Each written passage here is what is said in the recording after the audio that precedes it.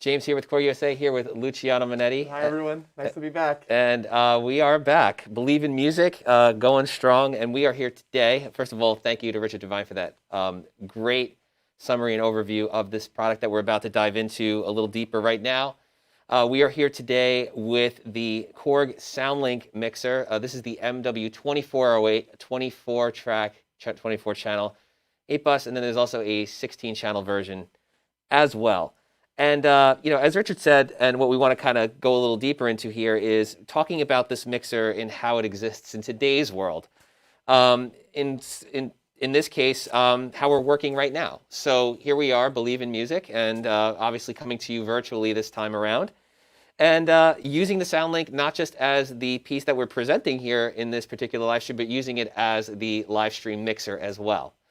So, it's really cool. It definitely, takes care. It's a lot of thought put into this mixer when it comes to being used in multiple applications.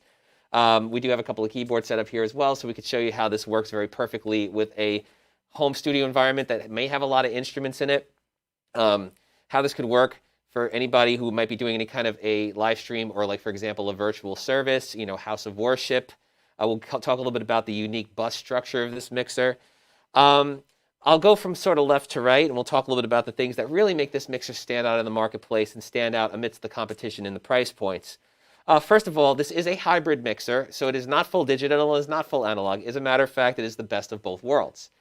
Being the best of both worlds, here you have the true analog mixing experience, and this was designed by Greg Mackey and Peter Watts, both legends in the industry, and we are grateful for them lending their talents and their knowledge to this product. And then the digital side of the board, which is really nicely integrated, is 32-bit KORG effects. KORG, of course, renowned for their effects in everything from up to Kronos. I mean, where you can have tons and tons of effects together, and they're all high-quality effects, things like our EQs and our overbs and our compressors. I mean, they've all just been completely just honed over the years and just awesome effects. So why this mixer and why does it work? So the other focus that Greg Mackey and Peter Watts and KORG worked on was making an easy live mixer and an easy live streaming mixer. So in a lot of ways, it's very forgiving. We got a little comment here. Guys are killing it. Received my FS yesterday, the first one. Oh, wow. Congratulations. So that's awesome. And thank you for joining us today. We really appreciate you being on the stream and for diving in. Yet another KORG product that is like totally awesome. And I got to say, certainly not something that you say like, oh, yeah, well, KORG, they've been making mixes forever. But we really, really wanted to just like get this totally right. And I really think we nailed it. So first of all, just a couple of quick specifications just for those in the audio world and understanding. You got 100 meter Alps faders here, really high quality. Individual PFL, so you can really check your gain stages. The gain on the mixer is the highest in its class, the highest headroom. So why is that important? Well, it's important because most have 8 volts. This is 12 volts. What that does is it actually gives you higher headroom. So that is to say that if you turn it up too high, a lot of mixers at some point will start to distort on the channel. This one has a lot more forgiveness to it. So if you're kind of new to the gain staging game, you do have a little bit more forgiveness there. The other thing, which we're going to dive into very quickly, is things like the one knob compression. So compression's, kind of a complicated effect if you don't know what you're doing there. It's a dynamic processing. It has to deal with kind of like taming that frequency, but there are ratios and hard knees and soft knees and all these other things that go into making a compressor work the way it does. What we wanted to do is we wanted to eliminate that guesswork for anybody, no matter what their understanding of mixing is. You want to get into this, you want to get into the studio, or you want to get into a live stream situation, or you want to get, again, house of worship situation. You might be kind of like thrown into a mixer, without really having a lot of understanding of it. In any of those situations, we want to make it easy. So the compression is a one knob compression, and what it does is it's designed by Peter Watts to really just take you through all of those settings, but they're happening under the hood.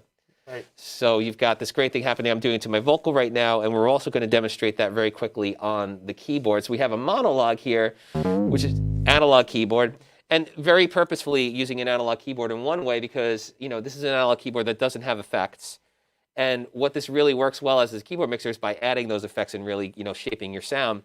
Plus, there's the 2-channel USB. James, I was just going to add, before we move on from the compression, James emphasized the ease of use. And coming to KORG actually starting in September, the first thing I got in the mail was this mixing board. And, as a jazz pianist, not someone who's really as familiar with mixing boards, my first live stream was done very easily to get a really nice result, and definitely use that easy one knob compression feature there to just dial in on my vocals. So I could definitely testify to the ease of use. Really, an easy experience. So I'm using it on you right now. that's right. I'm compressed. So why don't we start with a combination of the compressor and also one of the 10 available dynamics and effects simultaneously available on the MW1608 and the 2408. We're going to do the digital effects. So you've got that mod wave there. We've got that into 3 and 4. We've got the monologue into 2. What we're going to do is we're going to dial in a little bit of compression first. You got the effects off on both. Yep. And then I'm going to also add a little bit of a digital effect. So you can see here these red knobs across the entire channel strip are our first effect, our digital effects. So 2 effects being used simultaneously here. So go ahead and start playing a little something for me, and I'll just dial it in. Let's give it the top-down angle, James, just so they can see what we're doing here. That is a great idea. All right, and then magic. Boom. There it is. And there is our OBS session, which we're using for live stream today. Yep. We're also monitoring our chat right there, as you can see. And everything is coming nicely through the SoundLink mixer. So let's do it. I'll add a little compression.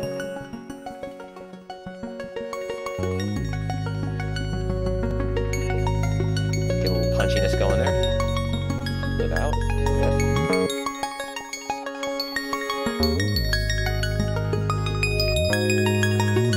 Take those highs down a little bit on your monologue. Pump up the bass with that nice analog EQ. And then here we go on the effects.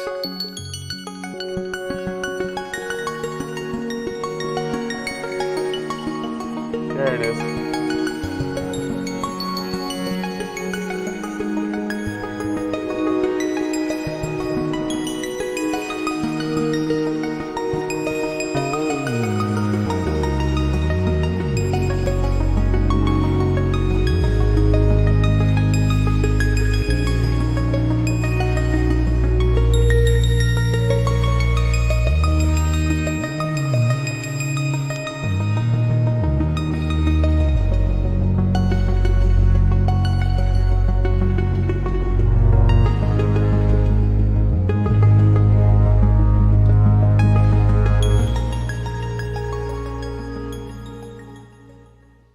Cool.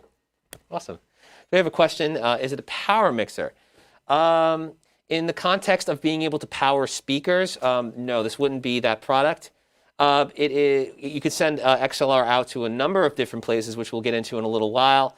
But you would definitely want to be running this to a set of powered speakers or powered monitors in your studio, or a combination of both.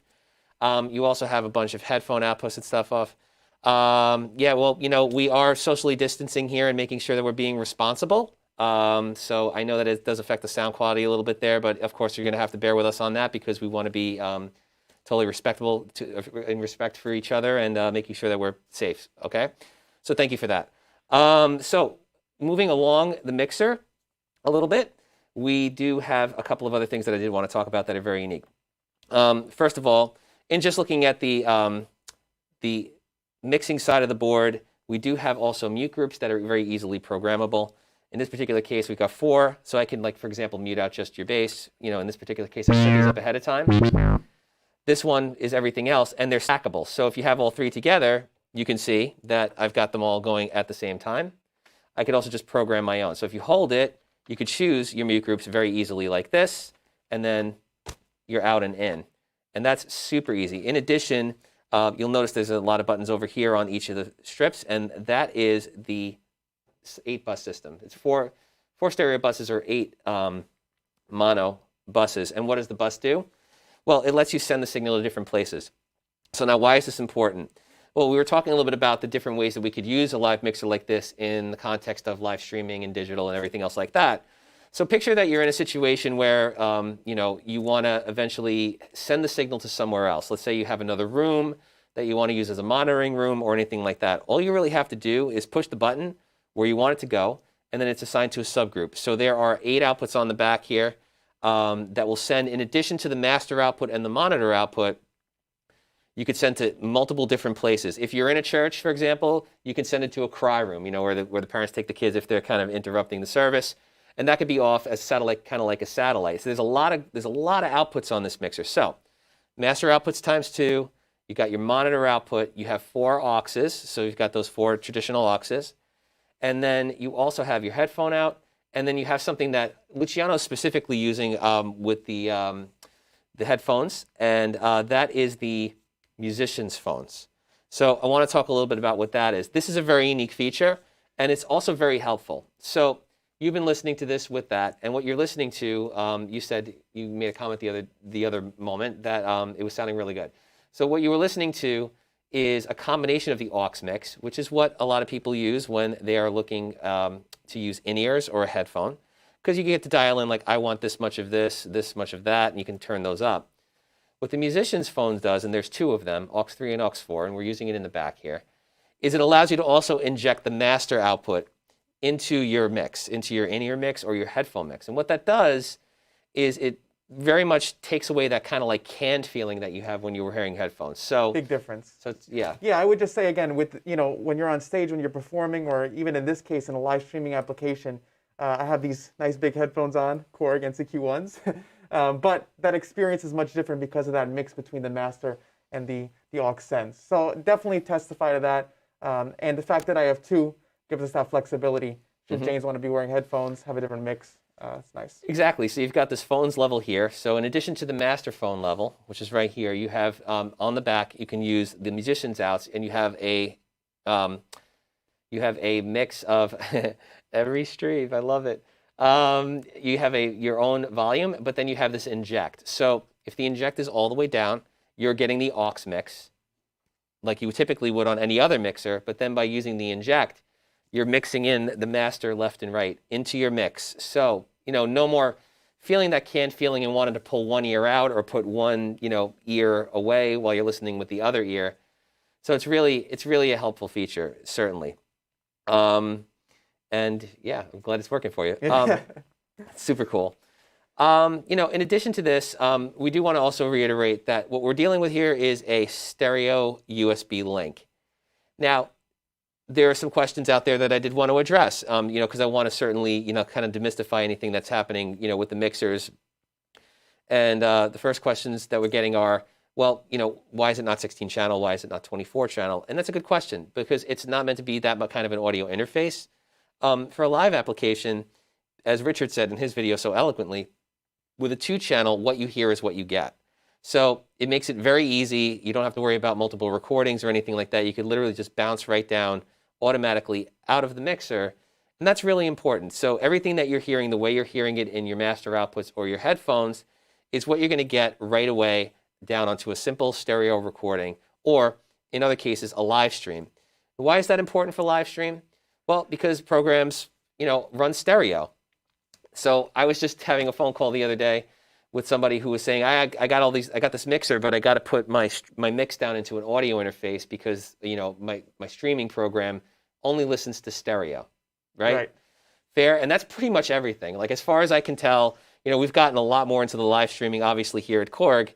OBS, StreamYard, whatever it is, Zoom, whatever you're using as your platform to convey, if you're using OBS camera, whatever the case may be, that's on the video side, but it's all stereo. So with any other kind of thing, even with multi-channel interfaces, sometimes you have to download an extra piece of software. There are routings that need to be done. You have to change things around. You may have to hunt for if it's a 13 and a 14, there might be a hidden 15 and 16. There's all this kind of weird stuff. But here we wanted to make it very straightforward and easy.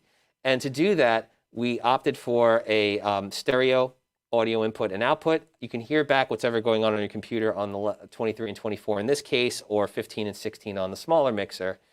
And that makes it super easy. And again, if you're just joining us, this is not only the piece that we're presenting on, but it's also the piece that we're doing all the audio for the live stream on. So it's actually serving double duty right now, which is pretty fantastic.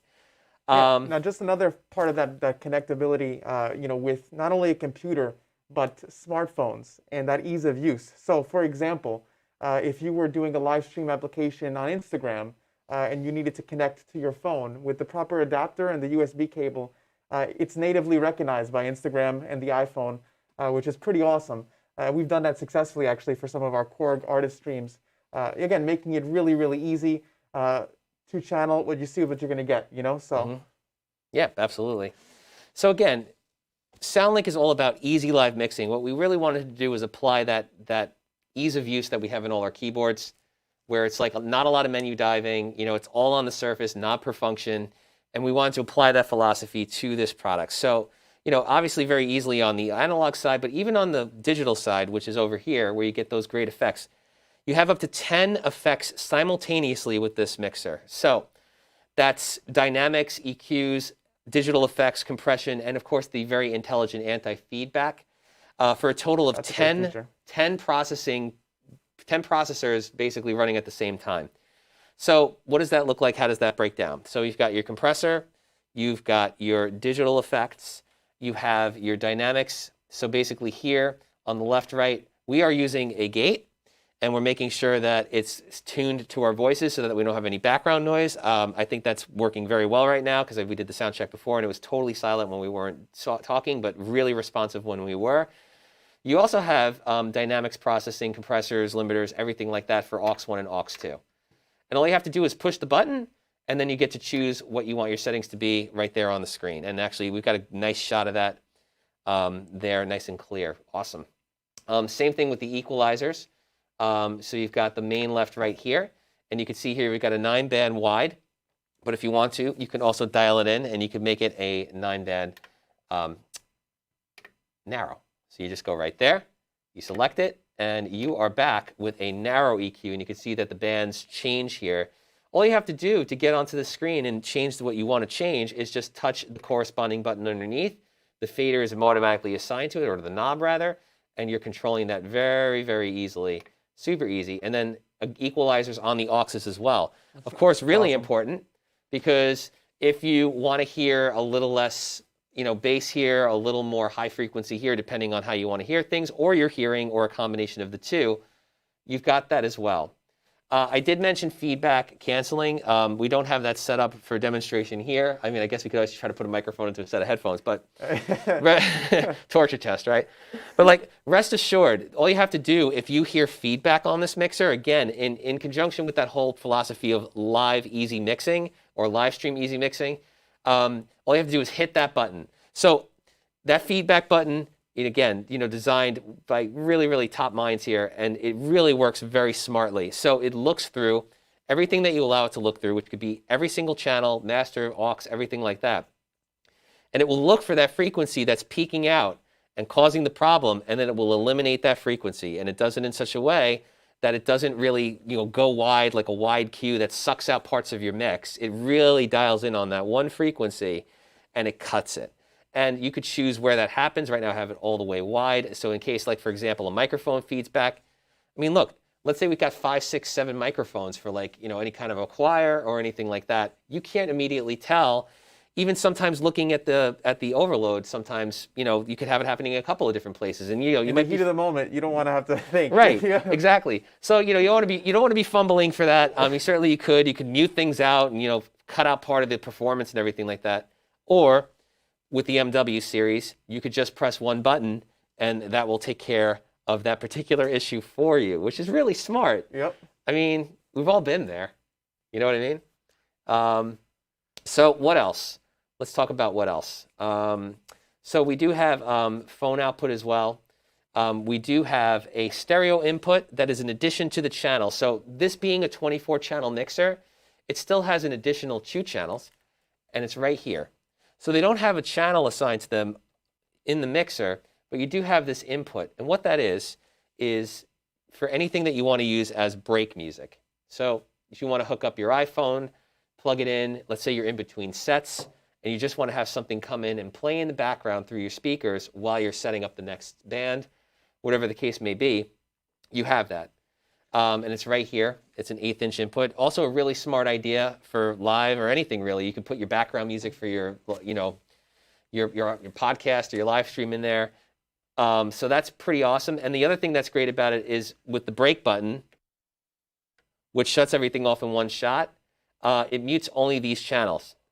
This always stays live. Because this is obviously nothing that's going to feed back or anything like that. So this is like, you don't want to accidentally mute this out, especially if it's like your background music, because you're going to rely on that. So what you could do is you could break and you could, I'm just taking off our vocals so you can still hear us. You could break and have everything muted on the board. Meanwhile, that music is playing back out. Exactly. And then when you're ready to go again, you just unbreak and you turn it down and you're good to go. So yeah, man. No, we're gonna play it out. So Oh, yeah. but yeah, just to kind of like sum up the rest, because we are actually getting towards the end of our 30 minutes here. And if you're just joining us, thank you. We're looking at the SoundLink mixers from KORG, 2408, 24-channel 8-bus, and 16-channel 8-bus mixers. Nice, sleek design, built for easy mixing in partnership with Greg Mackey, Peter Watts, legends of the industry, handling mostly the analog and some of these effects here. And then with KORG's 32-bit effects and digital processing here. I got to tell you, it's like the best of both worlds. It's a great analog mixer, and we want it to be very intentionally I said analog, I meant hybrid. It's a hybrid mixer. We want it to be very intentionally hybrid because there's great stuff about analog mixing that digital can't capture, and there's great stuff about digital that analog can't capture. So I really think that we've harmoniously married the two here in these products. Easy mixing, high headroom, so it's very forgiving. One knob compression, so that you can not have to worry about fixing compression and all those settings and parameters. Great EQs. You've got 4 auxes.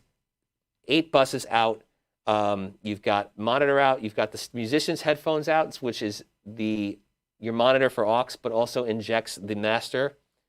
It injects the master output, so you can get that not canned feeling when you're using headphones or in-ears, and I think that's very important. I've had to take one ear out. High quality Alps faders. Your busing system's right here. Just press the buses that you want it to go to. PFL for pre-fader mixing on everything. And of course, those great KORG quality digital effects, up to 10 simultaneously, including instant feedback canceller, and just an easy board and a joy to use, plus that stereo input-output, which makes it what you hear is what you get, which makes it perfect for live streaming and connecting with live streaming applications. I think for this year, especially here in Believe in Music, like what a better year to showcase this kind of a setup, for this live streaming purpose exactly. So definitely cannot stress that enough. Very easy and very convenient for live streaming platforms. Excellent. And listen, we're just gonna play it out for the remaining few minutes here, and we're gonna add some effects to our keyboards, and we're gonna show you how it all mixes out because we're using OBS right now. We're looking at StreamYard, and we're giving you a multi-channel mix stereo without any fuss, additional software, routings, anything. It's just coming straight to you. So thank you once again, and we're gonna play out with this and enjoy the rest of Believe in Music. There's a lot more cool KORG USA stuff, so go and check up on the KORG USA page, and hope to see you on a stream again soon.